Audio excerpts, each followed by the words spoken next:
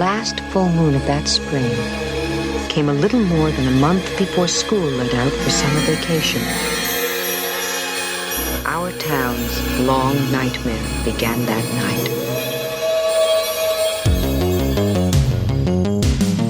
night. Welcome to Now Playing's review of Silver Bullet.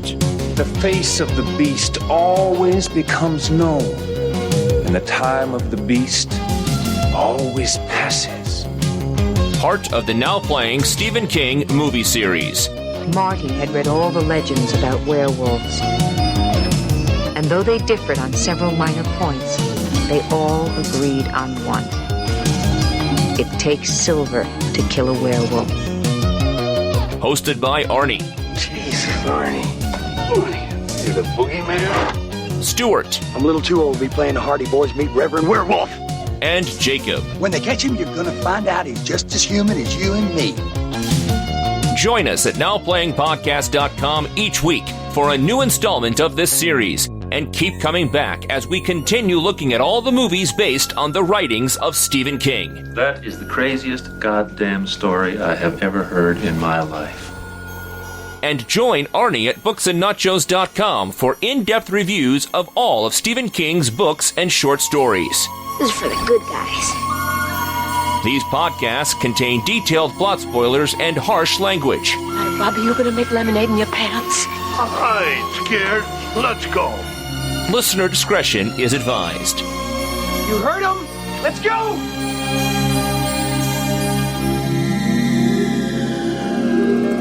Today we're discussing Silver Bullet, starring Gary Busey, Everett McGill, Corey Haim, directed by Dan Attias. This is the Now Playing co-host who feels like a virgin on prom night, Arnie. Stuart in LA. And this is just another damn podcast host who always ends up on welfare, Jacob. Gonna have to electrocute you, Jacob. I want to just let you know that. That's what you do with welfare recipients. You electrocute them all. Welcome back to Stephen King, which we were planning to do in February, but we thought we would be going to the movie theaters. The Dark Tower was supposed to be coming out, but I guess it's so good they moved it to this summer. So instead, we decided to, well, why not do the next one on the list? Cycle of the Werewolf. I don't feel like this is one of King's most beloved books. This is one I never read until prepping for this review. Part of it was a little bit harder to come by. It was never published by a mainstream press. It was published in a very limited hardcover edition to a small press. King, even way back then, spreading his wealth literally around to smaller publishers. And then when it became popular and his fans were demanding it, it got a trade paperback release. This is also what happened with The Gunslinger. This isn't a Bachman thing or something that got published in Serial and Playboy, because I saw King did the screenplay for this, but this was an actual book he wrote. Yeah, it was an illustrated book that was intended to be actually a Stephen King calendar. And he was working with Bernie Wrightston, who is a comic book artist who's done quite a bit of stuff. I mean, Swamp Thing and stuff for DC, stuff for Image, stuff for Marvel. And they had him drawing 12 werewolf stories, and King was going to write a vignette for each month that would explain the story. I hope they put the cycles of the moon on that calendar. Well, it's interesting. I can tell a little bit about that. But the way it is written, it is a short story. The book, with a lot of illustrations, comes in around 130 pages only. And each chapter is a month. And most of the months are only like 4 or 5 pages, where it's this full moon this month, here's what happened every time. And it turned out, if you can believe this, and I understand what I'm saying, some listeners just may call me a liar, but Stephen King couldn't write something short. I fully believe that. Yeah, being a little bit facetious, but he could not fit into a calendar format, just a couple paragraphs to tell the story. So it did become a 130-page book. Short book, but long calendar. Yeah. Yeah. And at the very end, King does say, for any moon watchers, he played with the cycle because he wanted his July month to take place on July 4th, and he wanted his December month to take place on December 31st. So sometimes there's a full moon just a couple weeks apart. Other times they're like 8 weeks apart, but it's an okay read.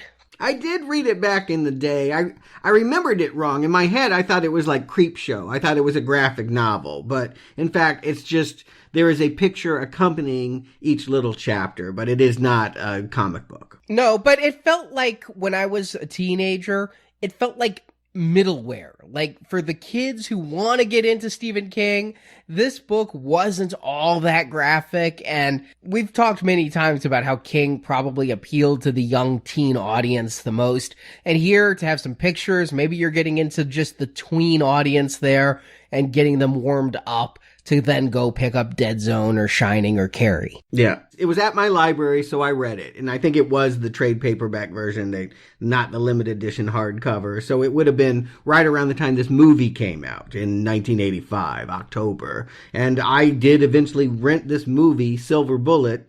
I can see why they changed the name, because Cycle of the Werewolf was, spread out over a calendar year. They've definitely condensed the timeline, and I don't even think the werewolf attacks on full moons. Yeah, I'm going to have questions about that when we get into it. Yeah, not entirely full moon based here. King did write the screenplay, and he said that this gave him a chance to do what should have been done with the story originally. I was shocked reading this book. I kind of felt like I knew what it was, especially since this movie, we're going to talk about it, has voiceover narration and everything. I thought I knew what this book was going to be. But surprisingly, there's really no main character to the book. Each month focuses on a new person pretty much and introduces some other people who may come up later. Marty, our Corey Haim character here, doesn't show up until July, and then he comes back for the climax as he is part of the reason the werewolf gets taken out. It is similar to what happens here, but this movie is about Marty, about his sister, about a family, and that feels very King to me, whereas the short story was far more epistolary. Yeah, I remember I did reread it for this time, and my impression remains the same as when I read it in my King fandom of the 80s. It was fine. It was middle of the road. It did what it had to. It didn't overstay its welcome by being short and easy to read. You didn't mind the fact that it didn't have a whole lot of aftertaste. Werewolves have never been a big thing for me, though. And I gotta say, I was thinking, is this a Now Playing First? Have we ever covered a werewolf movie before? We've done all kinds of horror, but I don't think that we've ever, there was a werewolf in Fright Night 2, but I don't think we've really covered a werewolf series. Yeah, sadly, we haven't gotten to Twilight yet, which has a lot of werewolves, but yeah, no, I don't think we have, and I don't even know, like, the werewolf genre, I guess, if we could call it that. I think of American Werewolf in London, and that's it. And maybe Thriller. That's pretty good. It was this time that was, it was the time to make werewolf movies, when we got the prosthetics right.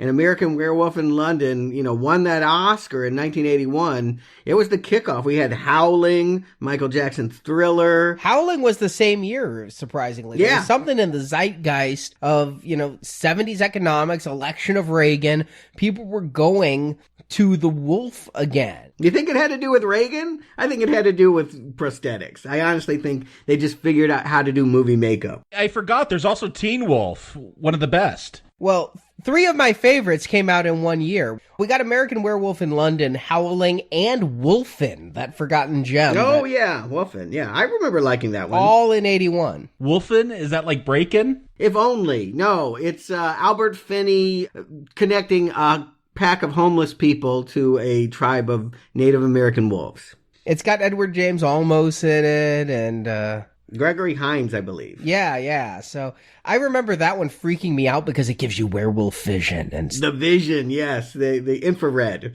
It was really, that was the calling card of that movie. I forgot about that one. Maybe I did like that werewolf movie. But in general, I had to go back. I had to educate myself. I had never seen American Werewolf in London or Howling. And so I watched them in preparation for this. Of course, I've seen Michael Jackson's Thriller, which, came out of American Werewolf. It was basically Michael saying, let me me be the American Werewolf in, a graveyard instead of London. By 1985, when this movie is coming out, though, we're at the tail end of it, right? Teen Wolf, Howling 2, Your Sister is a Werewolf. Hey, Howling movies would continue almost annually till 1990. So Yeah, but this one has Reb Brown. Oh, that's not good.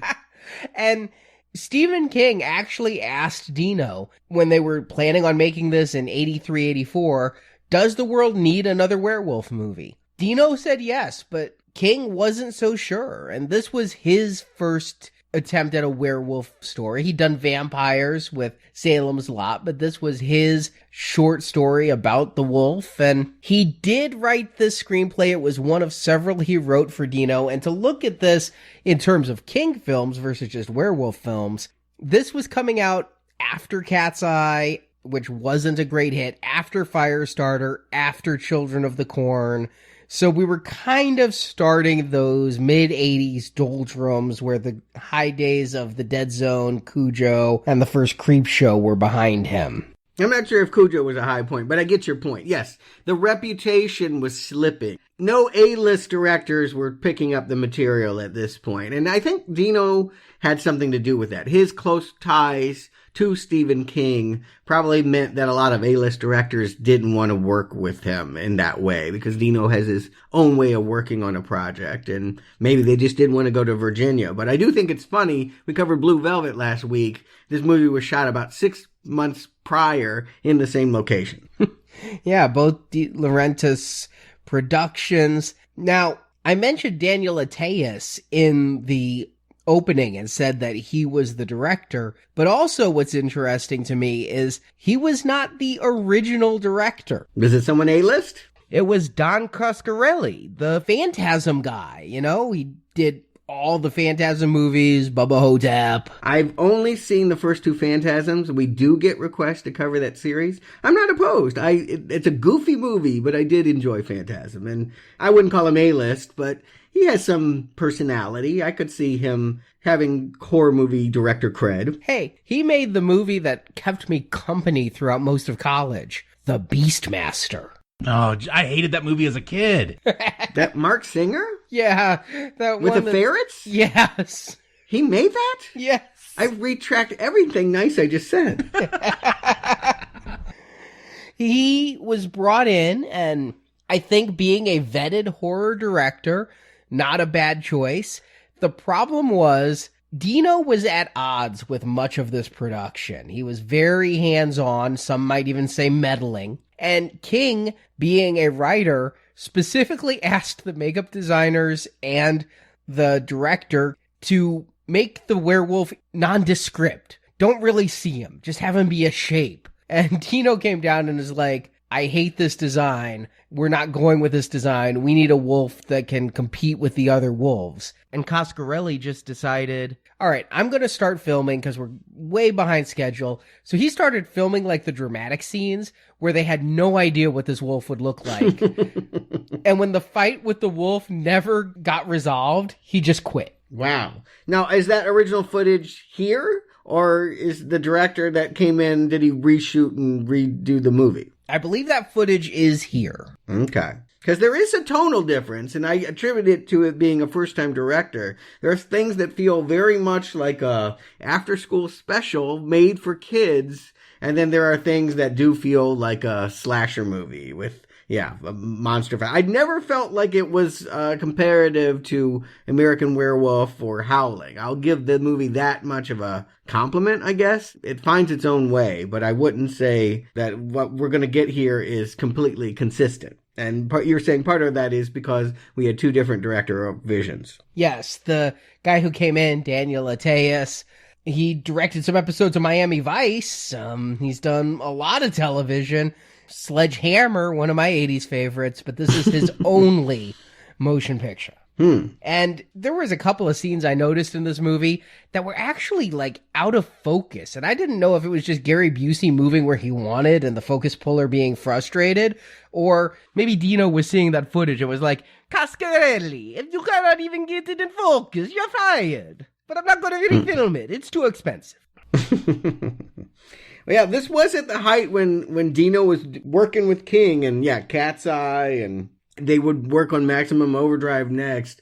Yeah, I guess this is really the man that ruined his reputation in cinema. I guess before all those Night Shift and Children of the Corn sequels. Hey, he didn't help himself. 1 year after this comes Maximum Overdrive. Yeah, that's what I'm talking about. But I'll say this much. This movie is better than that. Arnie, why don't you give him the plot? We can get into Silver Bullet. In the spring of 1976, a werewolf has come to Tarker's Mill, Maine. This story follows the town as the wolf kills month after month, and the town reacting to the deaths with curfews, fear, and a lynch mob. But our main characters are the Kozlov family. Specifically, 11-year-old wheelchair-bound Marty, played by Corey Haim, fighting werewolves before he'd fight vampires, and his older, resentful sister Jane, played by Megan Follows. As the wolf attacks increase, Marty is personally impacted. First, his girlfriend's father is killed, which sends the girl away. Then Marty's best friend is killed as well. But he was a jerk. We're okay with it. Yeah, slasher motif. Everyone who dies deserves it, except for Arnie. Debatable. Chronic drunk. Marty himself is attacked in September of that year when he sneaks out of his house to light some fireworks given to him by his drunk Uncle Red, played by Gary Busey. The wolf goes after Marty, but the youth shoots a fireworks rocket into the wolf's eye and flees on his gas-powered motorcycle wheelchair that his uncle named the Silver Bullet. Marty and his sister then start to snoop and find out who the werewolf is. Jane goes through the town looking for someone missing an eye, and the culprit is Reverend Lowe, played by Twin Peaks' Everett McGill. Lowe, in human form, tries to kill Marty to keep his identity a secret. But when the youth successfully calls for help, Lowe waits until the next full moon so he can be in full wolf form to kill the child. But Marty and Jane have convinced their Uncle Red for help. He believes the kids enough to have a gunsmith forge them a single silver bullet, and they stay up on the next full moon waiting for the wolf to attack, which he does. The gun goes flying, but Marty gets it and fires his one shot right into the wolf's other eye, killing him. And he and his sister say they love each other, something they'd never been able to say before due to their rivalry, as credits roll. You'll shoot your eye out. That should have been happening in December, right? Christmas Story? Like you said, this was a full year in the short story. It's been truncated to be basically a nondescript spring month and ending in fall. So we're cutting the timeline about in half. Yeah, I was so confused because we're going to get this awful narration by Jane throughout the film. But I thought this was just like the longest full moon cycle ever until I finally figured out what the timeline is, because they make this big deal. It was, the last full moon of spring before summer vacation, which is just awkward wording in itself. You're too many seasons in that sentence is, and it makes a big deal about it being spring 1976. I'm like, okay, this is going to take place over a weekend of a full moon, and then all of a sudden, hey, it's 4th of July in September. I'm like, whoa, what? Like, I finally figured out the timeline by the end, but because they have this gobbledygook narration, like, I'm supposed to care about Jane and Marty's relationship. Yeah, it gets confusing at the beginning if you're actually trying to track what's going on. I've seen this movie so many times, and it's only when I started taking detailed notes that I found out the fireworks weren't on the 4th of July.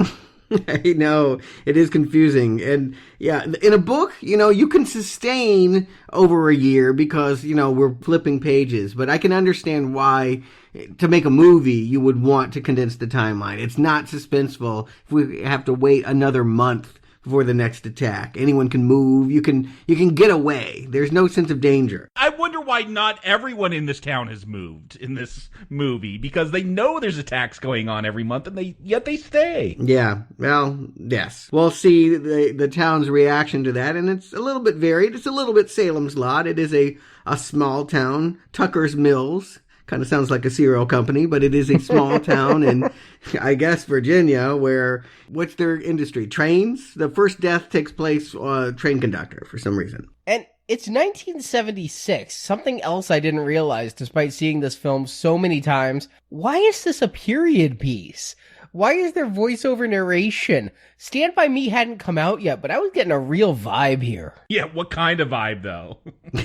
Well, King is writing this. I think that he is trying to tell a story. I mean, I really think in his mind, he really thinks that he has something to say about small town life. But unfortunately, maybe he just doesn't have enough to say about the werewolf. The focus is all wrong. That we care about Jane and Marty, it becomes increasingly weird as the movie goes along. But for the opener, what we get here is an Arnie death. I couldn't believe it. I thought that Nightbreed was the only movie where an Arnie is killed as soon as he walks on screen. But no, I'm excited. There's not only an Arnie here, but he's played by James Gammon, who I just love this actor. He was the coach in Major League 1 and 2. Okay. Okay. I knew that you would tell me where, and I knew I wouldn't know it. Yeah, I recognized his voice, and I'm like, is that the coach from Major League? Yes, it is. And this Arnie is not so bad in terms of cinema Arnies. He's working a job. He works for the train line. He wants a beer, but he's working the job. Is he checking the rails for hobos? Is that what he's doing? Yeah. I don't think he needs too much more beer. I think that's part of the problem. I do feel like this is slasher movie logic. I do feel like, as you said, every death here is related to a sin. And so, yeah, his sin is that he is drunk on the job, and thus people think he died because he fell on the tracks and got run over and decapitated. But in fact, we know from the paw print and from the shifty camera vision from the woods, something is stalking him and attacking. And if King wanted to keep the wolf a mystery, they do a pretty bad job right away. I mean, you see the teeth, you see the paw. I felt like in this very first kill, I got a decent enough look at this rubber head, and then Arnie's rubber head goes flying through the air. The effects in this are not first rates. I can say that much. The decapitation, it doesn't look anything like the actor. The wolf, we'll get to him, but he's piss poor too. Yeah, that breaks my heart. Carlo Rambaldi. You know who this guy is. Yeah, who is this guy? Because they make such a big deal about calling him out as the creature creator. Oh my God, he designed the aliens in Close Encounters. He built the suit for Alien. He made E.T., he designed the engineer in Dune. I mean, he's what happens here? Just no money? Maybe no money, or maybe he was drinking on the job too. I don't know, but I'll agree with you. This werewolf suit is not up to Howling standards. No, but he was trapped between two masters. King and Ateus were saying do one thing. Dino was writing the checks and said do another. Did you just call Dino a master? Maybe not in that way, but, he was the taskmaster. And I think the result looks more like a grizzly bear than any werewolf I've seen. It does remind me of Grizzly, if you ever saw that Attack of the Killer Bear movie from the early 80s, I think it was. I was thinking of the early Incredible Hulk episode where Hulk fights a bear. Oh, yeah, maybe that too. Probably the same suits. But yeah, this is how they handled it in the late 70s. When the money wasn't there for the suit, you do the POV, you just see a claw or a talon slash the air, and that's all you're going to get for violence here. What surprised me is this is an R-rated movie. And what's even more surprising is the central characters are pre-adolescents. That seems like a really disconnect in marketing. Like, you don't make an R-rated movie for children. Yeah, I'm shocked when we do see the horror. Like, I guess if you just like to see flesh get torn up, you'll find something you like in this movie. But yeah, it's pretty R-rated violence, and it's going to star an 11 and a 15-year-old. I mean, Jane calls Marty a cross she has to bear in her dramatic narration, and it's going to focus on their relationship. This is Monster Squad. It should be PG-13. Yeah, it definitely should. It doesn't feel like R. I mean, I know they have a couple decapitations, but everything looks so rubber. Yeah, I'm with Arnie. This could have been a PG-13 with a couple snips. Yeah, if you turn the blood slightly a different color, because MPAA hates red. Something like that, but on the other hand, I kind of see where they're going. First of all, how many times have we said it? When you're underage, you still get into rated R movies. You can get there if you want to. And second of all, to bring in the adult audience, maybe Corey Haim isn't doing it. I don't know how many adults liked Lucas. But we do have our last American hero here, Buddy Holly, DC Cab, Gary Busey. I do have to ask, like, I don't know if you know anything about his role in this film, but I do feel like he just improvs his way through this movie. Like, no one had control of Gary Busey here. I'm betting he wasn't even paid money. It was probably just like Coors and Schlitz and Pabst Blue Ribbon. He did every scene as written multiple times.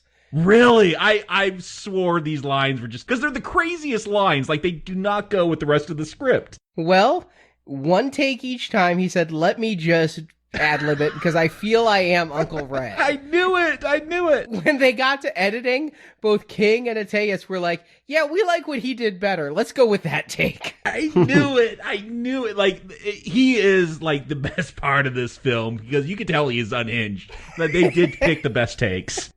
Yeah, he's a supporting actor in this. Again, we were supposed to be focused on the drama, really, between not only Corey Haim, but the sister, who I don't even recognize this actress. I don't know who Megan Follows is. Maybe she has a great career. I didn't even care enough to look her up on IMDb. But I just felt like this was a strained attempt to create drama where none was needed. And maybe it was meant to be in parallel, that Jane has a problem with her brother in the way that their mother, Nan, has a problem with Gary Busey. And that would mean something if Nan actually ends up being a part of the drama that unfolds. But really, this is the story about two siblings that decide they hate each other until a werewolf moves in, and then they work together. And that was a strong part of the novella as well. And I don't know that King does a great job of drawing those parallels, but yes, they are there, both siblings, brothers, and sisters who don't get along. But here, Red is on his third divorce, and Marty... it's really ugly in the book how everybody is uncomfortable around Marty. He's 11 years old, but his parents still think of him as nothing other than a pair of broken legs, and his sister just hates the attention he gets and keeps saying, you get everything you want. It's actually a really ugly relationship with no resolution at the end. Yeah, he's not like he's up and walking by the end of it, or her legs are broke. That might have been good. But yeah, it might have been fitting. I have some sympathy for her. I mean, I do think that you can relate to the middle child. She strikes me as a Jan Brady, you know, like Marsha. Why will no one pay attention to me? How will I ever stand out in a family where the other sibling needs such extra care, that can't, you know, get into the car without, this amazing wheelchair. Can you even call it a wheelchair, or is it a golf cart? Yeah, they got to pull it around with its own trailer. What I find interesting is, like, why is Marty handicapped? Like, I don't see how it plays in the film. He could just be a bratty younger brother to Jane, and it could play the same, and he could just ride a dirt bike around, because that's what he does in wheelchair form for most of this movie anyway. Like, I don't feel like, unless they're just trying to be really diverse, and we're going to have a person with a disability here. They're very forward-thinking and progressive. I don't even understand why that is a part of this story. It's never explained in the book either. I think that it's a matter of making him even weaker still and making him seem like easy prey. I also wonder if there's something about the wolf always killing the lame. You know, you hear about that in packs. If you have a bad leg, you're going to be a target for the wolf. You're easy prey. But I'm going to give Corey Haim some severe credit here, because every scene where he has to move his legs and get into that chair or fall on the ground, he gives a really believable performance as somebody with no feeling and no movement in his legs.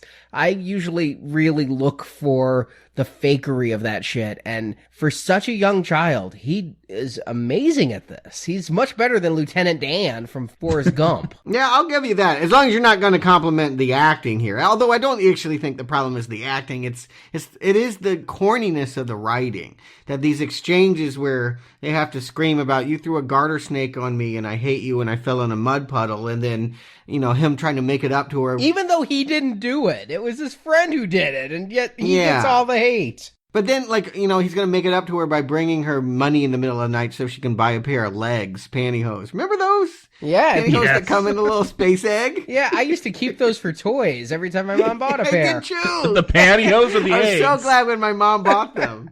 Perfect for gremlins. But yeah, there's all this strife, and I'll admit, when we were talking about first doing this book 3 or 4 years ago, long before we even did the Kickstarter, we were putting out which movies we wanted to do. And I'm like, Silver Bullet. Not a lot of people like that, but I remember it being good. And I put it on the list, and then I watched it to take notes for our review. And I pretty quickly pulled it from the book, and Haim and Follows is a lot of the reason. I'm not saying I'm not recommending it. I decided, though, I definitely couldn't defend so many choices here. And most of it is this Kozlov family that I don't see too much sympathy for. I get behind Haim because I've been a fan of his, and I think he was a very good child actor. I mentioned Lucas. Lucas actually came out the year after this, though. Yeah. But Silver Bullet, Lucas, Lost Boys, those three, he's really, really good in. Yeah, no, I'll agree. Haim, like, I was watching the legs too to see if he's actually using his leg muscles, and it looks like he did a pretty good job, like, not using his legs at all, even when he's, like, moving off of something, like, just lift it up or something like that. But, yeah, he's fine. It's the material he's given. Like, he can be a real sweet kid in this, but I don't want to watch this. Like, this story, this family drama. Every so often I wondered if Haim ad-libbed, though. Because in the scenes with Gary Busey, and seeing Gary Busey go a little off the reservation, every so often Haim says something that I'm like,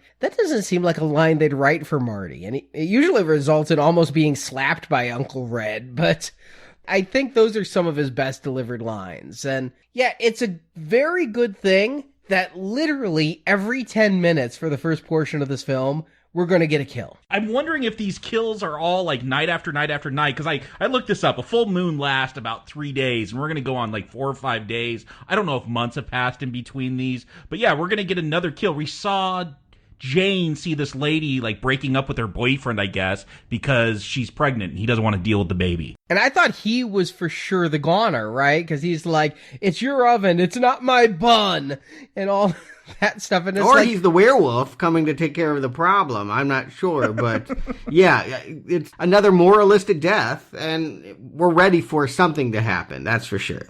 But it's really kind of subversive in my mind that you have a pregnant woman who's being betrayed by her lover, saying it's not his baby, he's not going to help support it.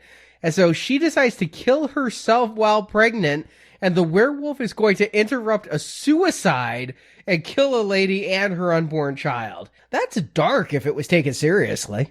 Jumping a little ahead, normally we like to go as the movie gives us information, reveal no more. But we're going to find out that this is a werewolf that in human guise is a man of God. Is he making God judgments? Is he making his attacks based on what he's seeing in the church pews and judging these people? Well, yeah, at the beginning, I'm like, what's this werewolf doing? Is he killing for sport? Is he killing for food? Like, what's his motivation here? And yeah, we'll find out later it's the priest, and like, he calls out this one specifically, that she was going to commit suicide, and that is the worst sin there is, so he saved her by murdering her. I'm like, but that MO doesn't work for a chronic drunk. Like, the dude could repent of that. He could go to confession and take care of that. He didn't have to die. So, like, even when they do give motivations here, it's not great. I do appreciate having read that short story so that I could get some insight into this. And we don't find out much about Reverend Lowe in this movie. We'll never find out how he became a werewolf. We never really find out his motivation until he goes on specific hunts. We know he will hunt for specific people, the pregnant woman here and Marty later. In the book, he isn't even aware he's a werewolf, and he's kind of in denial for many of the months because he finds torn clothes and blood, and he's having werewolf nightmares.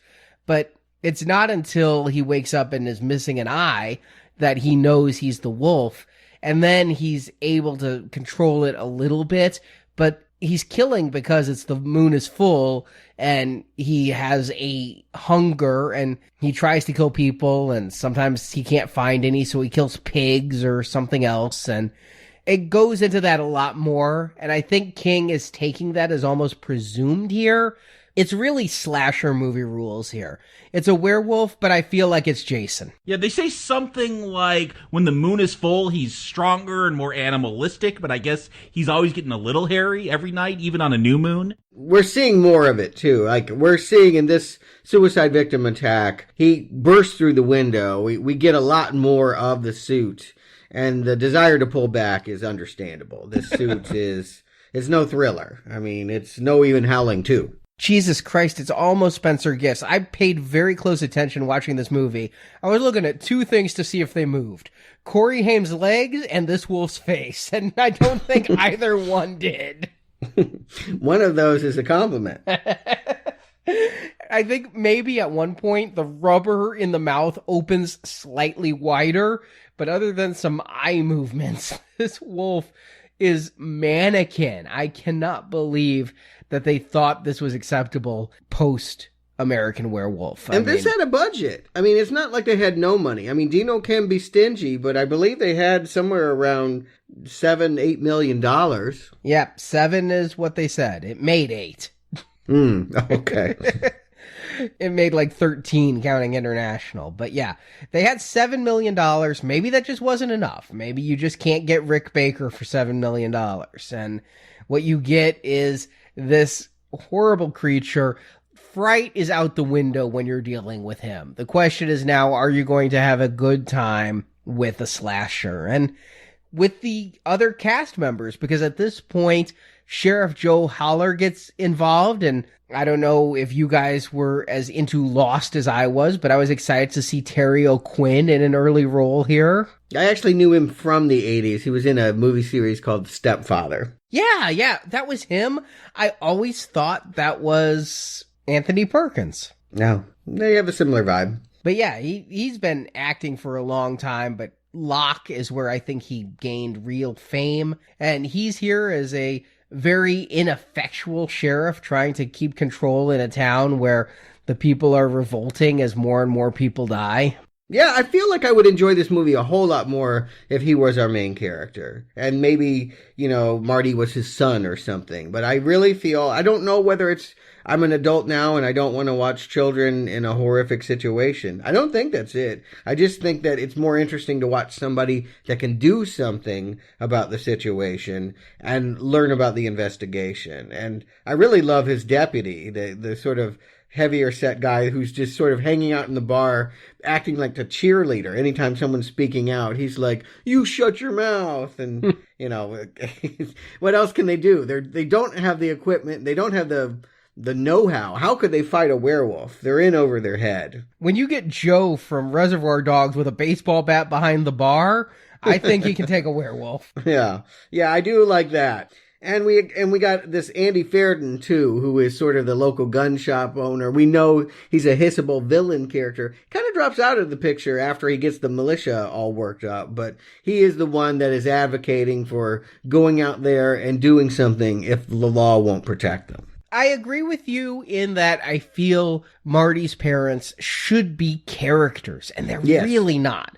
If anything, they're obstacles. By the same token, I like the Marty-Red relationship so much that I wouldn't want to change that and have it be Marty and his sheriff dad teaming up on this. I like the kind of illicit relationship they have. Well, have the dad get killed. Have him be one of the posse members that gets taken out, and then Red has to be brought in. There's ways of writing it. But then it's not the two of them against the world. Then it's the two of them are a family unit now. We're back in Salem's lot. Yeah, well, that's not a bad place to be. I did like that remake anyway. We get another kill, too, that Marty had a classmate that he walked home, and her dad is a real jerk. What's weird, though, is that Tammy, Marty's girlfriend, who points out that this werewolf lives in this shack, or the noises come from this shack, like across from her house. I'm assuming, well, whoever the werewolf is lives in that shack, but no, he doesn't. It's just a empty shack, and he doesn't even attack from there. He goes to a greenhouse to get her dad. All right, I'm not going to ask too many logic questions in this movie, but I have to know, what the hell does Tammy's fat, drunk father do for a living? What is with He's super pissed off at welfare recipients, but he looks like one. Yes. He says Marty's a cripple, he'll end up on welfare, and they should all be electrocuted. So he's obviously... You think we're supposed to dislike him? It was the 80s, I don't know. But then he's drunk and watching sports on television. He's watching wrestling on television, not sports. Yeah. All right. And he hears a noise. He's like, somebody better not be breaking my pots.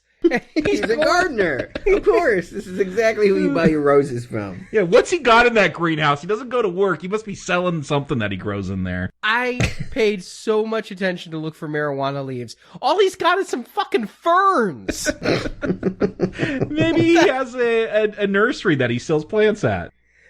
I'll grant the film this. They have some creative deaths. The werewolf isn't just going to bite and slash everyone. Here, he's going to hide in the leaves, which the plants are as lifelike as the wolf. So if he is perfectly camouflaged, and then he's going to get under the floorboards. How do you get under the floorboards of a greenhouse? Did he dig a hole? Is there a burrow under there? Yeah, that's what all that noise was. He was digging holes underneath the greenhouse so that he could kill this man in this way. Why wouldn't he? It's so logical. I don't even know if he kills the guy. Like, the father, falls forward and is impaled by a floorboard. So maybe that killed him. I think that is like the death blow, but he was also being eaten from below by a wolf. So, yeah, I don't understand the locale at all. And maybe I'm supposed to be drunk while watching this and perhaps a little stoned and in an 80s mindset and be like, that was a cool death. But this is the one where I'm like, what the fuck does this man do for a living? Yeah, these are just deaths, and they're trying to be as creative as to mix it up. But if this were a werewolf movie, I mean, I haven't seen that many of them, but wouldn't he be biting people to create new werewolves, or do werewolves eat other human beings? I can't really... I've seen a shit ton of werewolf movies, so I can tell you the pattern is usually, it's a weird story, and it's so rote every time. Is it starts with a person getting attacked and bit and surviving. Right. And so they're turning into the werewolf, and they're the good werewolf. They're trying to find out who the person was who bit them, who's the bad wolf. And the bad wolf usually kills. He's not creating an army of wolves by just biting ones. He's not a vampire where when he feeds, you then turn. If you're bit and survive, then you become a werewolf. And I'm talking Jack Nicholson's Wolf. I'm talking Ginger Snaps.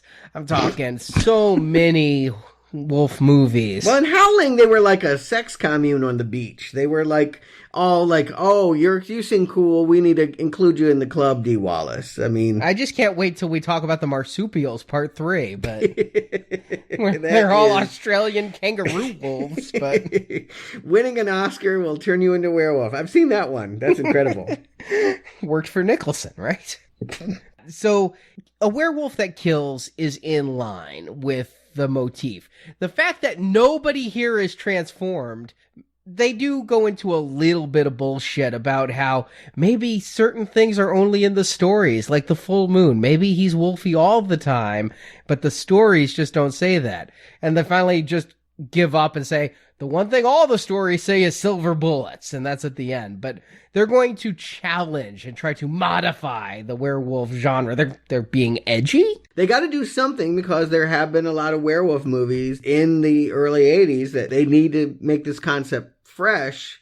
I'm trying to find the line that this would be unique, and I'm just not grabbing onto it. There's just nothing about this scenario that really stands out. Maybe if you did focus on the actual werewolf and how he got bit and his struggle with faith, that you'd have something there, but we don't. We have a lot of annoying townspeople that are set up to be knocked down. Yeah, I mean, they do take out a kid before they start taking out the town. A jerky kid. A kid that throws snakes on girls. Yeah, but it's still a kid. They won't show the kill or the body, though, because it is a kid. It's the one thing I remembered about this movie. I was trying to think of anything. I knew I had rented it. I knew that I kind of thought it was okay.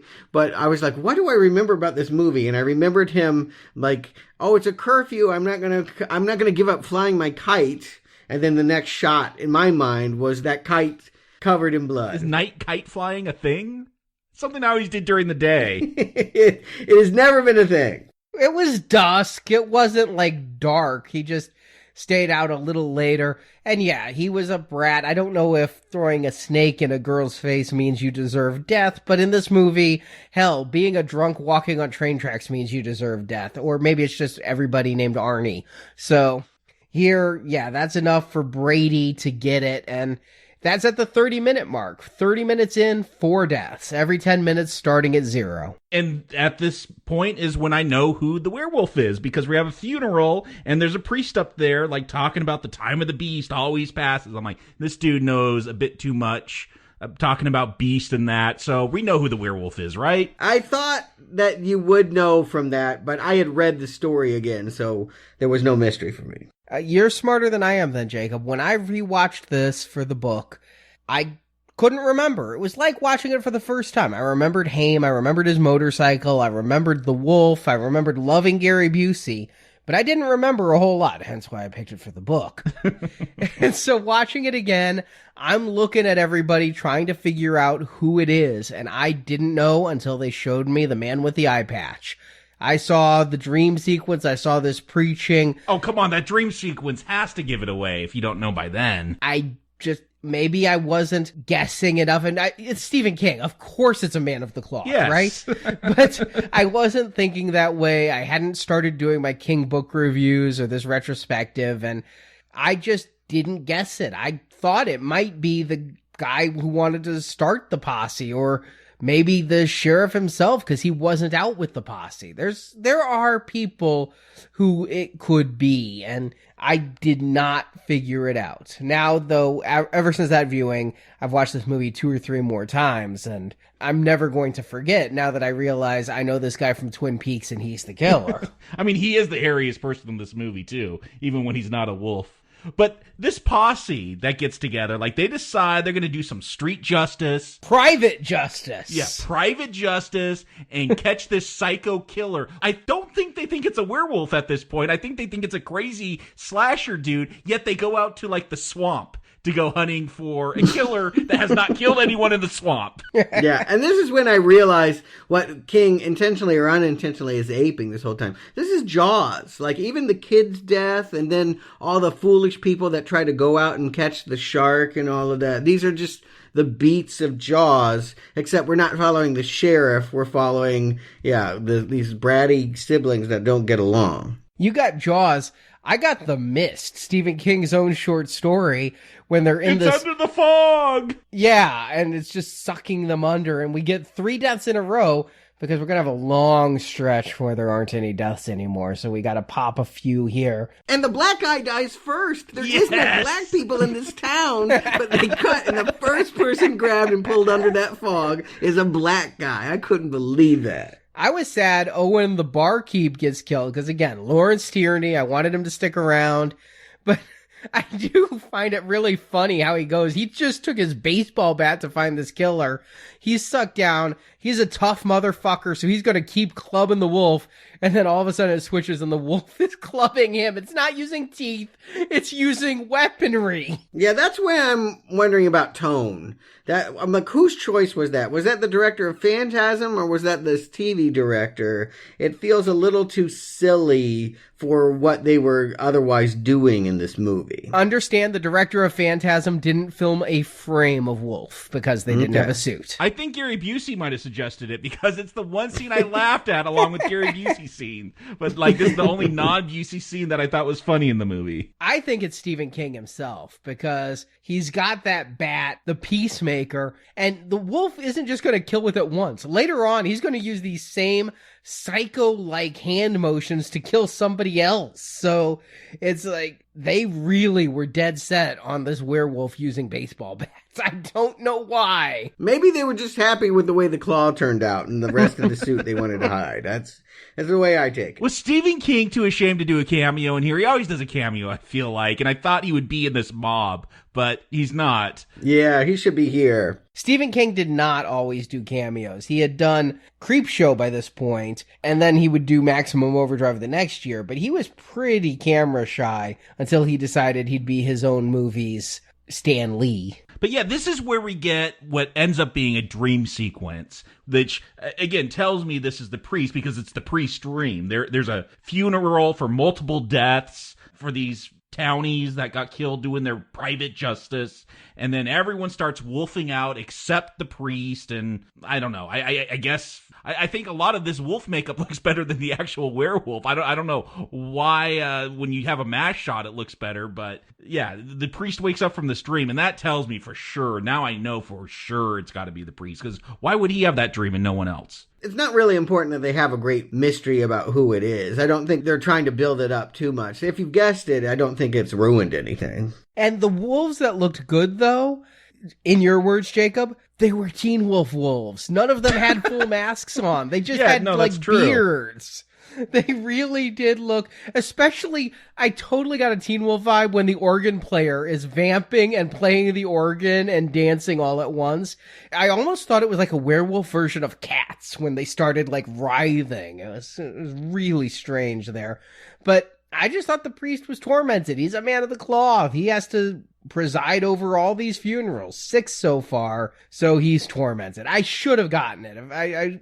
I guess when I watched it 3 years ago was not being an active enough viewer. I sure as hell wasn't being an active enough viewer to realize it suddenly somehow became September. Yeah. I mean, now we're going to get this like long sequence. Red, Gary Busey's character, is building a full-on motorcycle for a paraplegic kid. Like, that's probably how he ended up paraplegic, because of his uncle. Well, this is a couple years before Gary Busey actually had a motorcycle accident and did sustain brain damage. He's a big advocate for cycling and not wearing a helmet and letting the wind blow through your hair. So it's sort of uncomfortable for me to watch him with glee putting a child in these dangerous vehicles and sending them off down the highway. And that silver bullet cycle is unstable as hell. Like, that thing's popping up on those back tires with just the slightest weight shift. What I find really amusing, though, is now this is a popular Harley design. The trike, I don't know why, but a lot of Harley people, especially the ones who have like the really expensive bikes that are all really nice, shiny fiberglass, have gone to this 2 back wheel, 1 front wheel design. So yeah, he's just cutting edge with his motorcycle there.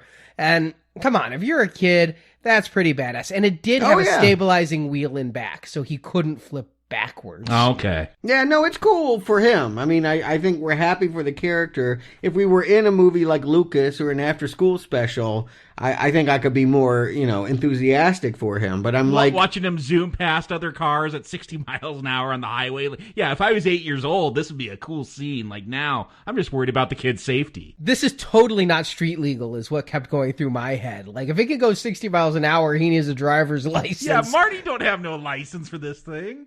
Yeah, I can't imagine trying to then, navigate this down the hallway. Imagine hitting the throttle wrong and suddenly you're running over, you're hit and run. I don't think this is an indoor bike, especially with the fumes it's spewing out. It's supposed to be his own, since he can't ride a bicycle like other people, this is how he can get around. But then he can only stay outdoors, you're right.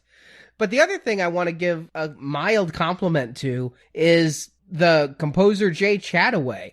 We kind of started the movie with a score that sounded like a ripoff of Carrie, but he gets rocking with some of the stuff while Marty's riding the Silver Bullet. Please tell me you're not complimenting the pop song Joyride that they're cramming in here. I know it was the 80s and they always wanted something for the soundtrack, but no one is buying the LP of Silver Bullet. Sorry, we don't want it. I did. After watching I was today. Just about to check to see if they even came out with an LP for this. Is there a soundtrack Arnie wouldn't own from the 80s? That's what I need to know. Yeah. I don't think the sound's on it. It is just the score, but I did not realize this was a pop song, so oops. Joyride is on the soundtrack. Okay. Well, good. I'm glad I bought it now. I did not recall. The one thing, I knew that they changed the title, I thought, because the cycle of the werewolf was so strange.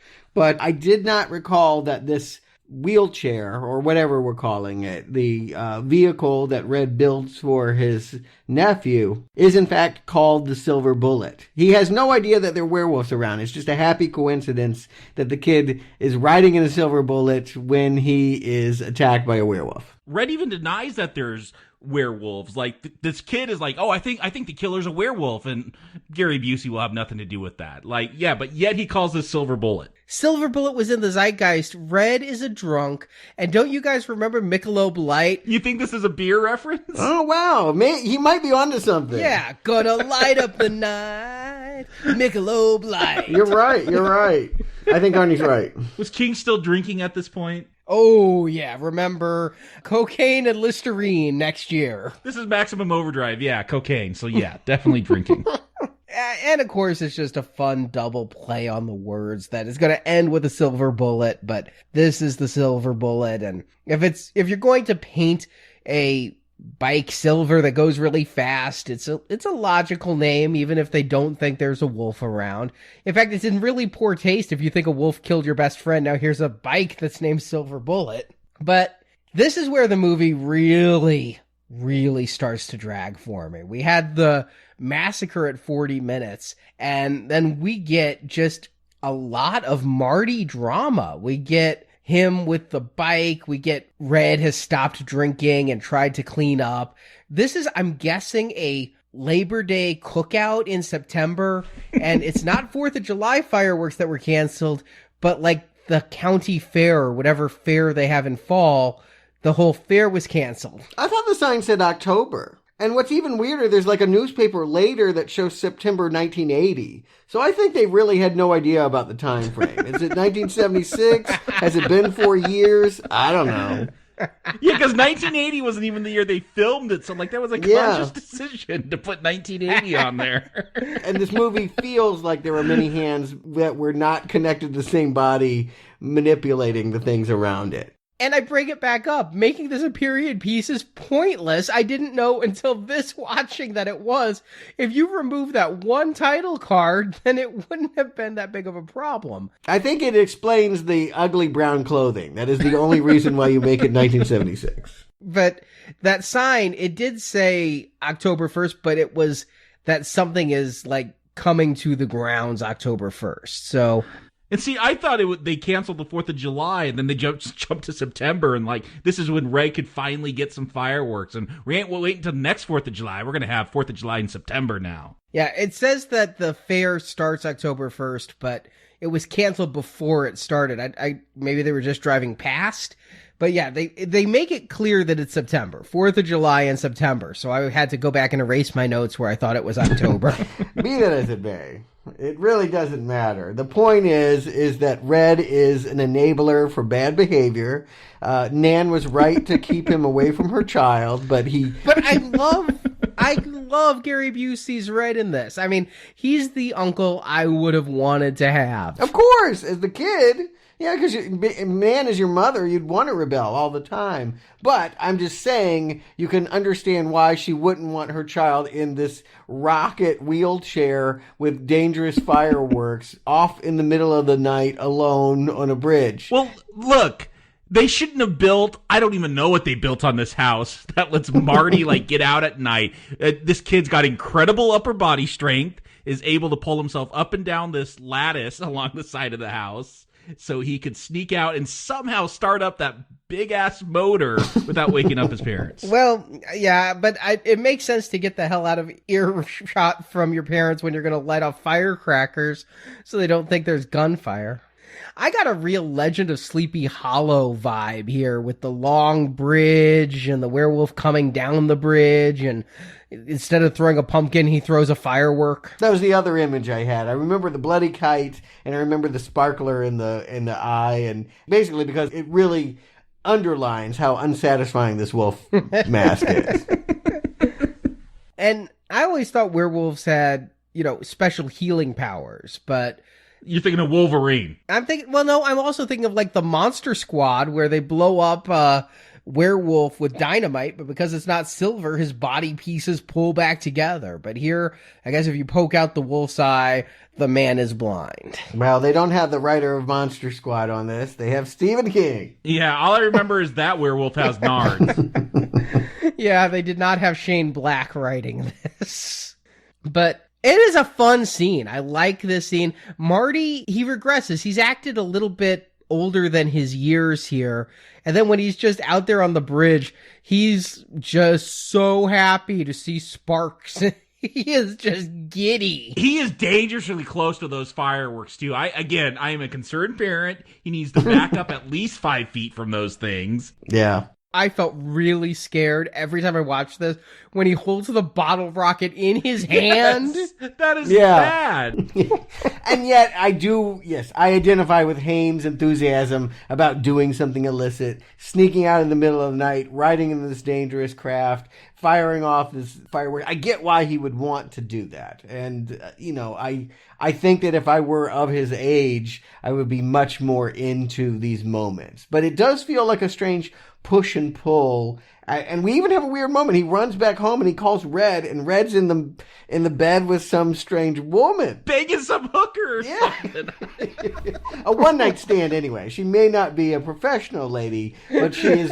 They emphasize how unstable and unparental he is at every given turn. Well, come on. A kid calls you up in the middle of the night to say he shot a werewolf in the eye. I'd want to go back to sleep, too. Hooker, next to me or not. Oh, I wouldn't run down to see that. No, I would not. I would be maybe regretting my choice about enabling him to be able to leave his house in that silver bullet. I also found it kind of funny, though, that he, shoots that werewolf in the eye, and then we do get, is it the pop song again, or is it a hard rock score as he's racing home?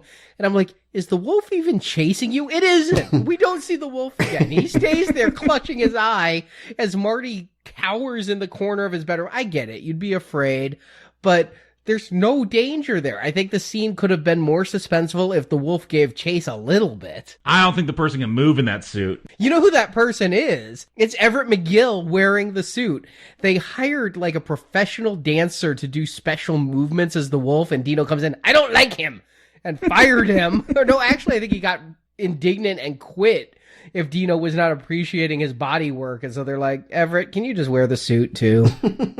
I gotta say, my favorite, I don't know if favorite's the right word, but the most intriguing camera work or direction comes next when Jane decides to help Marty. She's gonna go around town to collect bottles. I guess the church is collecting bottles to recycle and get money or something.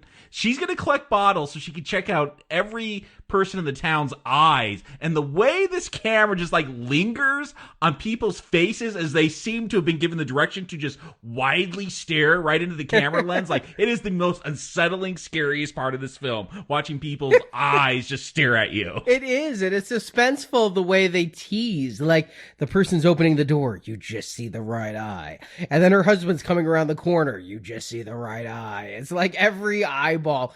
The weirdest part is when she goes and disturbs the man getting a shave. I'm like, that's just intrusive. Yes. But that's not just a man. I was surprised he was still alive. That's Andy. That's the guy that rallied the posse. I thought he died in all of that, but I guess it was just everyone else he let out into the forest. He probably did, and they just needed him for the shot. No, Andy did not die in that. I had a list of all the people who died. I just thought we didn't see him again. But yeah, that's it. This is also where Jane's narration takes over. I know it started with a couple of lines. They're easily forgettable. But from this point on, she's like a book on tape. I don't like the narration here. It's terrible. I couldn't believe just how much I was actively disliking this. And it's a grown-up, right? It sounds like an adult woman. Yeah, it's a grown-up remembering when she was this girl. Sadly, it's a actress I actually liked around the same time. The same year as this, she was Marilyn in Brewster's Millions, the interior decorator. You're talking about the voiceover actress. Yeah. Oh, okay. Okay. Well, I don't care who she... So if you want to see her face, go watch Brewster's Millions, but... It's absolutely wrong to make her central to this. If it's anyone's story, it is Marty and Red's story. And that they're trying to suddenly make it about her, contextualizing it just feels wrong. What does she have to make her an interesting character? Seriously, she's a put-upon older sister, but what traits make us care about her? Yeah. I care as much about her as I did the drunk father of his girlfriend. I mean, she's nasty to him, too. She and Red's an alcoholic. I would think, by the rules of this movie, both of them get eaten. Yeah, but, I mean, what we're supposed to be charmed with is the fact that when no one else will believe this crazy cockamamie story about a werewolf, the sister that never will give him any credit, I don't think she necessarily believes him, but she wants to help him. So her compassion to put aside her, usual disagreement and to go on this mission and to find the one-eyed townsperson that might be the werewolf, or at least prove that there are no one-eyed people in the town and lay this theory to rest. That's the hook. Yeah, God forbid the one-eyed townsperson decide to stay in that day and not answer their door when an annoying teenage girl comes around for bottles. Admittedly, you could have one eye and not be a werewolf, but hey, fortunately, it all ends with her dropping it off at the church, and we get that great Hitchcockian dolly shot of her passing by, and there's Reverend Lowe gardening, and he's turned away from the camera. And then, of course, through the dolly, we see the eye patch. Just as much as I'm curious about the greenhouse, I'm curious what kind of gardening Lowe is doing. He's basically, you said a Psycho shot. He's basically acting like Psycho, stabbing the ground with it. I'm like, that is not going to help grow anything. And you'd think if you lost an eye, stay indoors for a while. Your name is Lowe, you should hang low. Like, don't get exposure here. Yeah. I think in the book, the character ended up saying that he contracted something and had it surgically removed. That's a good excuse. Yeah, you just disappear for a week, go out of town, come back, and that's what you did. You contracted something and they took out your eye? I don't know. Something medically went wrong. God knows. But yeah, just in case you weren't sure if he was the werewolf, Jane finds the remnants of the Peacemaker baseball bat among the bottles. Because the werewolf wanted a souvenir? He was picking his teeth with it? He likes it as a weapon, yeah. I just feel like if the kids were going to get together, they should have done it earlier and it should be their movie. But it's strange that it's these siblings and then they're going to bring Red in as well. That feels like a third wheel. No, before they get Red involved, they try to blackmail the Reverend. Yeah. Like they cutting out letters from a magazine, like ransom style letters. I know what you did. Get out of town, kill yourself, whatever they say. Like, they do this not once, but multiple times. Again, this made more sense when it was spread out over a calendar year. I can't believe this made sense in any context. It did. Well, it was Marty alone, for one, and he was playing coy. He didn't know if the Reverend knew who he was, and the Reverend didn't. Unlike here, the Reverend does not know Marty put out his eye. The werewolf doesn't remember? Right. He has no memory of what happened as a wolf. Here, as soon as he pops up with that eye patch and he starts like getting all creeper with Jane in that garage filled with bottles, it's like he's out for them immediately. And something that the book would never do that this movie does is have him as a human try to kill Marty. There's something, you said you wanted this movie to do something no werewolf movie's ever done. Well, right, I can think of some where they've done that, but it's rare. Usually they only kill in wolf form, but he's going to take his four-door sedan and try to push Marty off a bridge or try to just run him down. And this is where I need to know more about the Reverend. Like the fact that, I guess in the spring of 1976, I don't know, he got bit and became a werewolf. I don't know if the killing was going on before, who knows, but I need some motivation. Like, what is so urgent that he kill Marty in human form? Like, I feel like you could tell something interesting there about this character, but they don't. Yeah, I feel like we need a moment for him to reveal something. If not a motivation or a master plan about what he's doing, at least to...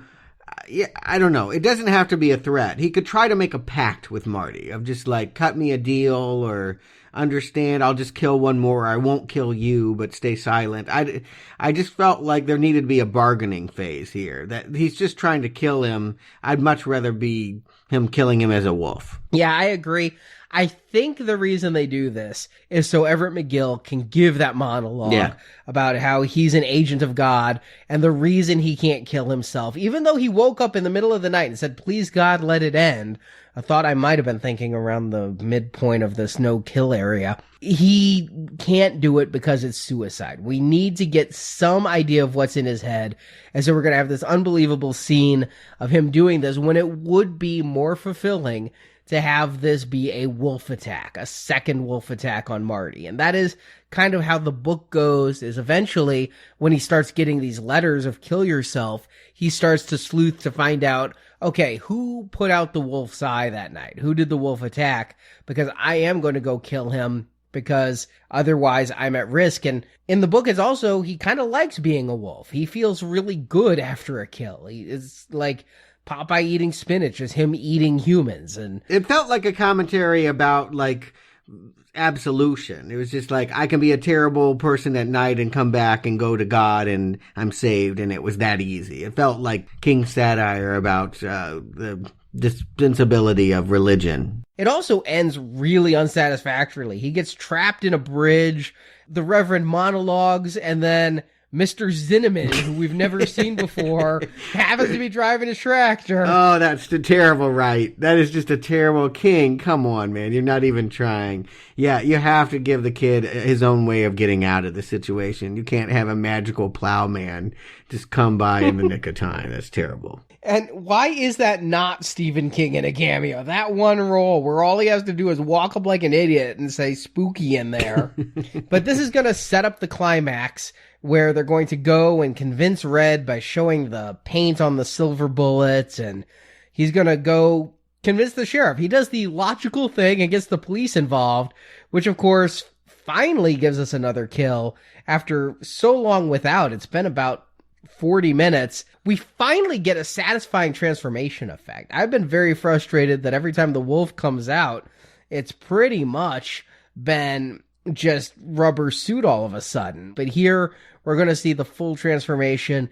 Most movies, like American Werewolf in London, they do the first reveal of our werewolf with the major transformation money. And it's the best effect in this movie. The wolf is shitty, but this transformation is decent. If I hadn't just watched American Werewolf in London, I would say it was pretty impressive, but this is coming 4 years later. Yeah. And, Thriller and all of that. It may be the best effect in this movie, but it pales to the standard by which the early 80s was setting for werewolves. Yeah, again, it wasn't the best ever, but it was decent. It was pretty good by and large. But now we finally get Sheriff Holler, death by baseball bat. You know, how many people are left in this town? At this point, it's a small town. I would think they would be bringing in the feds to investigate a serial killer that's killing every full moon. Like, this would be a big issue. That's what I'm saying. People would have moved away. Yeah. Like, there's a serial killer that no one can catch. Move away. Some did. I mean, his girlfriend did with her mother. And because her dad was murdered. Yeah, exactly. After being a victim. And strangely enough, this is also the plot of Manhunter, where the killer at every full moon hunts families down, is a movie that Dino was making at the same time. Yeah, but Manhunter didn't feature the Wizard of Weapons. It did not. Gary Busey called it this townie who, like, there's a gun. I guess he just has a gun shop, and both Marty and Jane give up some silver necklaces to make that silver bullet. And I do love the line, though, ad lib or scripted, my nephew just discovered the Lone Ranger. That's good an excuse as any. Yeah, whatever. But the Wizard of Weapons knows about werewolves. This isn't his first silver bullet.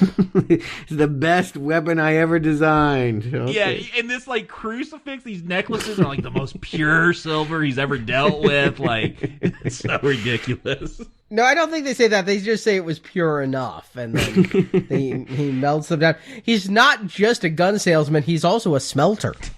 It's over the top, to say the least. But I feel like, you need to build to a climax. There doesn't seem to be a good one that's formulating here. So we at least sense that the movie is drawing to a close.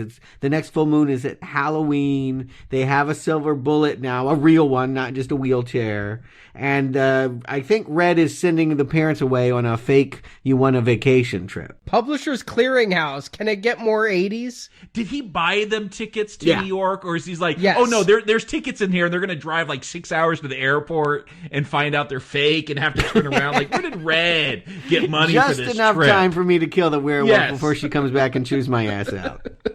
Yeah, I think that it's a real thing, and I do wonder what Red does for a living that he can afford, to build silver bullets. And according to Jacob, a lot of whores. Yeah, well, I was about to say maybe he picks at their pockets afterwards. Maybe it's not his money he's spending. I don't know. But he's divorced 3 times. That alimony's gotta be a bitch. He seems like a fun guy at a bar, but probably a terrible person to rely on. But he's trying to redeem himself. He's trying to give up drinking. He's trying to be a better man. He's trying to help these kids that he's still not totally convinced are being attacked by a werewolf, but he wants to set that fear aside by guarding them up all night. And we get, the climactic attack, which I gotta say, a pretty good jump scare here. Yeah, when the werewolf comes in, and funny enough, if you get a chance to watch that scene again and look at Gary Busey's face, it's priceless. That is amazing, that face he made. Like, I think he actually thought a werewolf was attacking. He had no idea what was going to happen. They had enough money to do this scene in a werewolf once. movie? What is going on? Like, he is blown away. He's just doing his talk, and they had the werewolf jump through, and Busey was legitimately a little scared. He did not know what was going on. Yeah, the whole wall explodes. I don't know how they're going to explain it to the parents, but... There's going to be a dead naked man in there. I think you just have to... A dead naked priest. But also, the wolf throws Red into, display case. That actually impaled Busey's arm. It cut his arm with some glass. Ooh, yuck. He gets thrown around a lot, and all he's got is that one scratch on the arm. But I guess that was a real cut. So yeah. Yeah, I mean, he's definitely getting beaten up here in the scene. And I think that's because we don't want to see children being treated in that way. They're sort of cowering in a corner, trying to get the bullet that rolled for some reason into an air vent. They get the kill shot. We got to give it to Marty. He is such a marksman. He makes 2 shots of this movie. They're both bullseyes or wolf eyes. Mm-hmm. They are completely just amazing shots. And I was confused for a second, because maybe I mixed this up with my vampire lore. I thought the silver bullet had to hit the heart, like a wood stake has to go in the heart, but I guess a silver bullet anywhere grazes the fingernail, it will kill a werewolf. Yeah, it gets confusing, because also vampires don't like silver, but yeah, a silver bullet anywhere takes out the wolf. And here we get a reverse transformation. Kind of cool, but not as cool as the first transformation. Still, maybe the second best special effect in the movie. But that's not the resolution we want, right? It's all about Marty and his sister and their freeze frame hug. I love you, Marty. Good night. Good night. Oh, good night is right. Okay, that's it. Perfect. Print! We got it! Really? That's your ending to the werewolf attack? Here's the thing that really confused me about that. She's like, it ends with the voiceover. I wasn't always able to say that, but I can now. I love you too, Marty. Good night. Is he dead? Yeah, that's what I take it to mean. Yeah, you need to jump forward into the future to understand what the significance of that is. It feels like, there is a part of the story they're implying in which she, has lost her brother. And maybe that's the sequel, right? He got bit somewhere and he'll be the wolf. Does that mean he could walk now? Or is he going to be a wolf on a motorcycle? Because that would be pretty awesome. Wow, the mind reels at the possibilities. I would like that movie. Silver Bullet 2, Road Rash Werewolf. It couldn't be worse than Lawnmower Man 2. But the whole voiceover thing, the fact that it's a period piece, maybe I'm just thinking too much about Stand By Me, where the narrator there, Richard Dreyfuss, had a reason for telling us this whole story, a precipitating event that made him sit down to write this. But what the hell is this? What is going on? Is it only in 1976 because later on you decided to have voiceover and realized Follow is not a good enough actress to pull it off? So let's bring in an adult. Well, shit, how do we bring in an adult? Well, let's say this took place in 76. I am just confused. I think you're right. I actually, even though you're just kind of making up things as you go along, I actually think you're recreating the hell that it was to put this movie together. That sounds plausible. Is that because if it was set in 1985 when this came out, now your narrator's in like our day and it gets real confusing because that's like the future then. Yeah, I think I think Arnie's right. I think that yes, that was at some point this was taking place in 1980. So I don't know. To at least the newspaper printer, this was a story for the 80s. Dino, you will not print new newspaper. I have this one. Yeah. I used it in this movie in 1980. It's good. I'm still trying to pay for Dune. So Jacob, Stewart, will you give a silver arrow to Silver Bullet? Jacob. Only that silver arrow will kill this. You know, I've had fun talking about it and laughing about it, and Gary Busey's entertaining, but I can't brown arrow this. It's not that entertaining. Like, there is a lot of boredom here. And what's most baffling to me is, the reason I asked, was this based on a Stephen King book, or did he just do this as a screenplay? Because I don't get, like, what is being done with werewolves here. Like, An American Werewolf in London is amazing because you have Nazi werewolf soldiers and, like, ghosts hanging out in porno theaters, and, like, they do crazy stuff there with the lore. Here seems like such a standard werewolf story. Why bother? There's other standard werewolf stories that are probably better than this. I'm sure they're out there, and this one stars kids, and I'm not 8 years old anymore. And it's just, again, a lot of boring family stuff that doesn't build to anything. Yes, there are some laughs with Gary Busey, but overall, I did not have fun watching this. This is a not recommend. Stewart. You know, this is the 48th Stephen King movie that we're covering here. And I gotta believe that at this point, most all of them that we've already covered, and probably a lot that are still to come, are all red arrows. It will surprise no one to know that I'm giving this a red arrow as well. I keep it in perspective, though. This is not nearly as bad as a lot of it. I would put it in the top 20. It's probably around Cujo and Firestarter, maybe a little bit worse than that. Yeah, no, I was going to say around Firestarter. Yeah, I'd agree with it feels that. about like on par with Firestarter of like, well, you know, if I was the demographic of these stars, if I was a small kid, and I was when I first saw this, I would think it was okay, you know. It's the equivalent of a Goosebumps.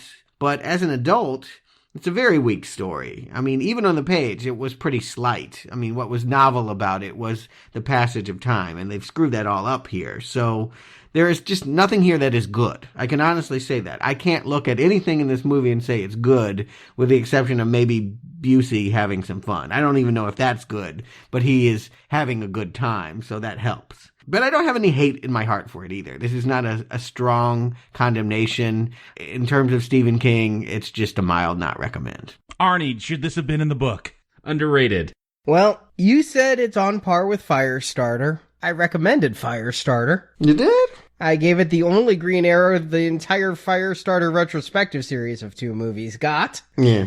And I'll agree, this is probably on par with Firestarter. Now, again, I went back to this movie in probably 2013 it was, to watch for the book. Yeah, we worked on it that long. And I sat down excited, and Marjorie was with me. She was going to also review it for the book as one of the mini reviewers. And we both were just like excited. We remembered loving this movie. I bought it on Amazon, put it in the player. I even went and got it signed by Gary Busey. So I was like really revved up for this. Did he remember being in the film? He not only did he do that, he grabbed Marjorie's ass. Oh, he does that. He has that reputation around town. Well, yeah, that sounds like normal Busey behavior, yeah. Yeah, they posed for a photo and he felt her up. Yeah. So we were excited, and I put this in, and initially I was like, okay, slasher, yeah. Corey Haim, yeah. This sister's pretty bad, and this voiceover's pretty bad. But these aren't movies we recommend because they're our favorites. They're underrated movies that we recommend. Not every movie in that book is a 5-star strong recommend. Some are just solid recommends. But we had a very limited list of like 28 movies apiece we could pick. And so the more I watched, and especially once the werewolf grabs a baseball bat and starts going to town on townies, and then we have 30 minutes with no kills, it starts hitting me. If I can only recommend 28 movies, is this really going to be one of them? Can I stand by this as something I'm going to put into print as one of the best underrated movies of all time? You made room for the Wraith. This ain't that bad. Stan. Obviously, I like The Wraith, but I couldn't stand behind this movie enough to put in the book. But I do like Haim's performance, and I really like his chemistry with Red. I wish Busey was in this movie more. He disappears for long stretches, comes in, livens up the movie, leaves again. He really is the best part of this movie. I wish that Everett McGill gave a better performance as the Reverend. Honestly, I can't say that I've ever seen him give a great performance. I know we reviewed Twin Peaks starting last Friday, and we're doing it every day for a long time, but I can't say I love Everett McGill's Big Ed, and God forbid we ever discuss The People Under the Stairs. But there's just some really piss poor acting here. There's a couple high spots. In the end, I'm going to eke this into weak recommend territory. Oh, come on. I do think there's some fun to be had here with those early kills, and Gary Busey's performance is worth seeing. You think any of them are good? Like, you would use the word good? Yes. I really enjoyed it when he starts clawing at that pregnant woman's back and just, like, keeps mauling it. It's like a cat tearing up your curtains. Okay. I thought Arnie's death was fun, with the decapitation and the head flying across the screen. They took a couple of risks with Brady. I just wish his father Herb was, again, a better actor, and I didn't think every time he was on screen screaming about his son was parody of a grieving father. But you're giving it a pass. What I'm hearing is this is really not a very good movie, but it's not a really bad movie, so I'll be nice. Can I label it as mostly fun junk? Okay. As long as you emphasize junk. This is dumb. Yes, very dumb. It's harmless. I'll give you that. That's why, again, my not recommend is a mild one. I have no hate in my heart for this. I do not want to kill it. It is a shruggable, forgettable experience. If Busey hadn't brought what Busey brings to his pre-brain damage movies, then this would be a not recommend. He's enough to eke it over the line into, if you want a silly slasher, this is one that's you can pass the time with. I have watched this movie several more times since that fateful for the book watching, but now I know what I'm getting into, and it's a Halloween staple. I rewatch it about once a year. What? This? Yeah.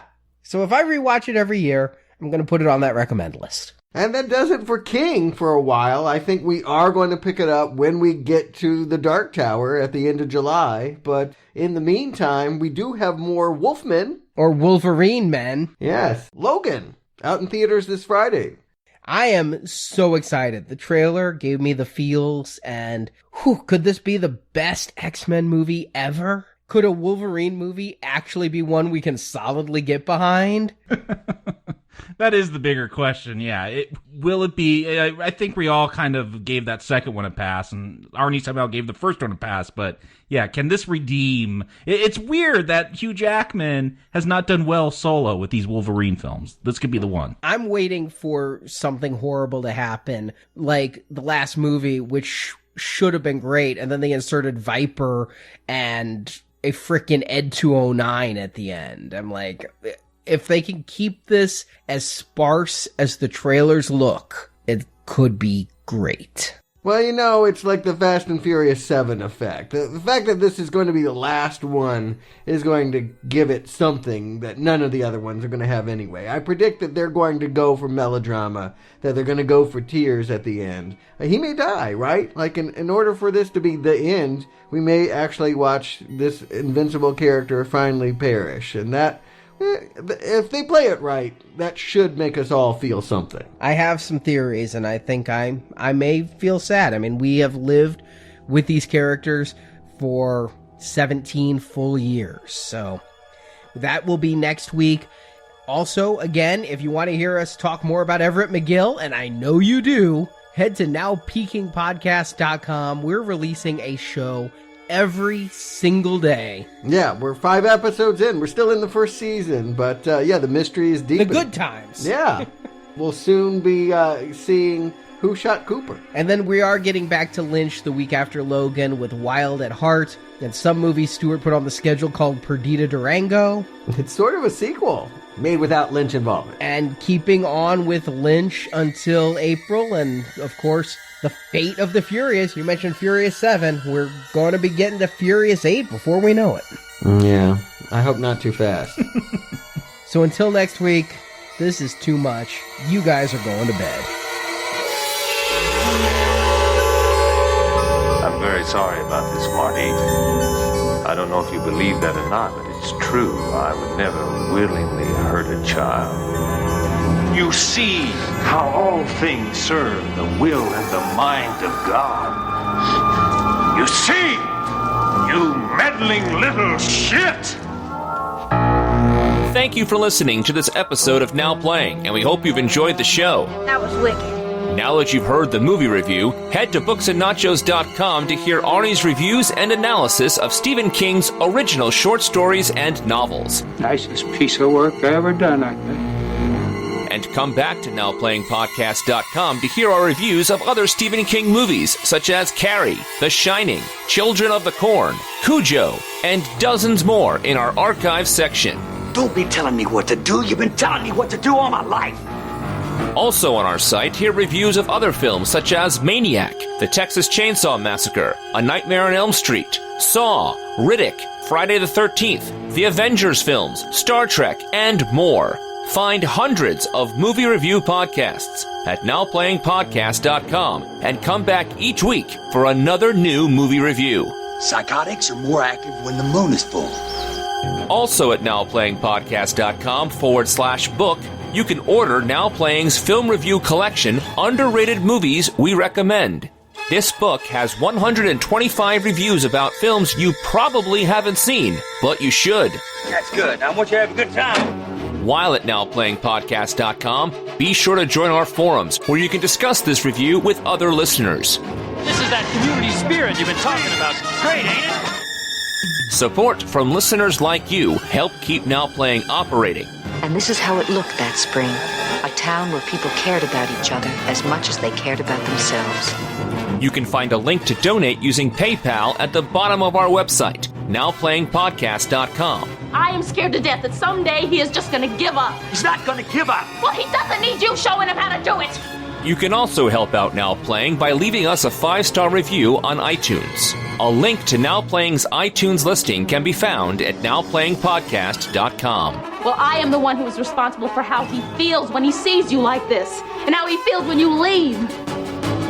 Now Playing is produced by Arnie Carvalho. I built that for you because I love you. Right from my heart. Now Playing is edited by David and Arnie. Oh, that's it. Oh, that hurts my parts. Now Playing credit narration by Brock. I wish I had a tape recorder so you could hear what you sound like. The film discussed in this podcast is the property of its respective copyright holders, and no infringement is intended. Maybe that wasn't such a good idea, telling that Smokey Bear from the detective division to fuck off. The opinions expressed on Now Playing are those of the individual hosts and may not reflect the opinion of Venganza Media Incorporated. You want to know what I think? No. I just called you out here to admire your pretty little face. Now Playing is a Venganza Media production, copyright 2017, all rights reserved. And no part of this show may be reproduced, repurposed, or redistributed without the written permission of Venganza Media Incorporated. Let it end, dear God, let it end. But our main characters are the Coslaw family. But our main characters are the Coslaw family. Coleslaw? Can I get a side of hush puppies?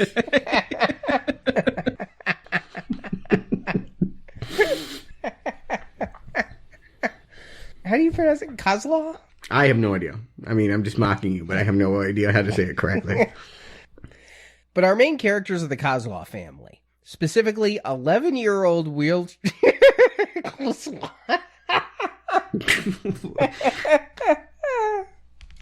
I don't know what's funny, but I'm agreeing with you. I thought he was laughing about the paraplegic kid. But I guess why not? Let's be offensive. But our main characters are the Coslaw family. Specifically, 11-year-old wheelchair-bound Marty, played by Corey Haim. I put Feldman. I'm never getting through this. No, he was busy making a Friday the 13th 5 cameo. You do the POV, you just see a claw or Italian. I had an Italian. You just see a claw or a talon slash the air. You might see an Italian slash the air. It is a Dino production. You'll make it bigger! Grow! You will! Uh-oh. I should just stop making jokes. It's too late. It's too late. He's Yeah, lost it. coleslaw in this. How many moons are we going to have to go through before this show's over? Yeah. Okay, you can say that again. Put away the nitrous oxide. I'm going method tonight. On the other hand, I kind of see where they're going. First of all, how many times have we said it? When you're underage, you still get into rated R movies. You can get there if you want to. And second of all...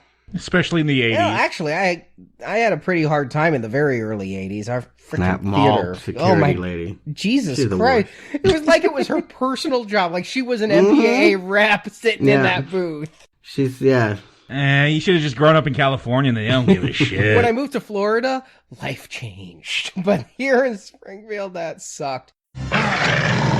I felt really scared every time I watched this when he holds the bottle rocket in his hand. Yes, yeah. That is I have bad. never messed with fireworks after I saw my dad light a Roman candle and then tried to stick it in the ground, like the hard ground. Didn't even prep it. No, you stick it in the ground first. You gotta put it in the ground first, kids. Please. Does he still have all 10 fingers? He does. He does. My dad is actually missing part of a finger because of a cherry bomb accident. So yeah. No, it was an amazing miscalculation. And Stuart and I had a friend as a kid who was firing bottle rockets on the roof of his house and burned down the entire house. My cousin and I burned down a field with a bottle rocket that misfired. So this is your fireworks safety lesson from Now Playing. The more you know. This is why they're illegal in a lot of places now.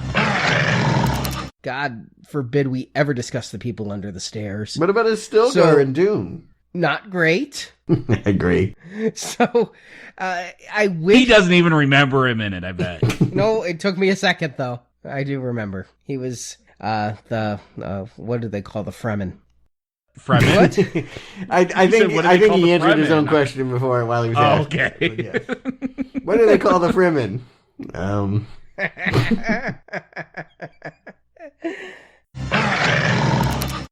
What's my closing line? Notes. Good night. I love you too, listeners. Good night. Good night. Make it as No, that's actually stupid as possible. That's going to be the quote I use. Put some Zamfir flute behind you. That was so repugnant to me that was the end of the movie. I'm just like, I know, I can't believe that. This is not Little House on the Prairie. What the hell? But the voiceover makes it seem like it. Good night, John Boy. Yep. All right. So until next week, this is too much. You guys are going to bed. All right. I'm going to bed. Yeah, that was a longer show than I would have guessed.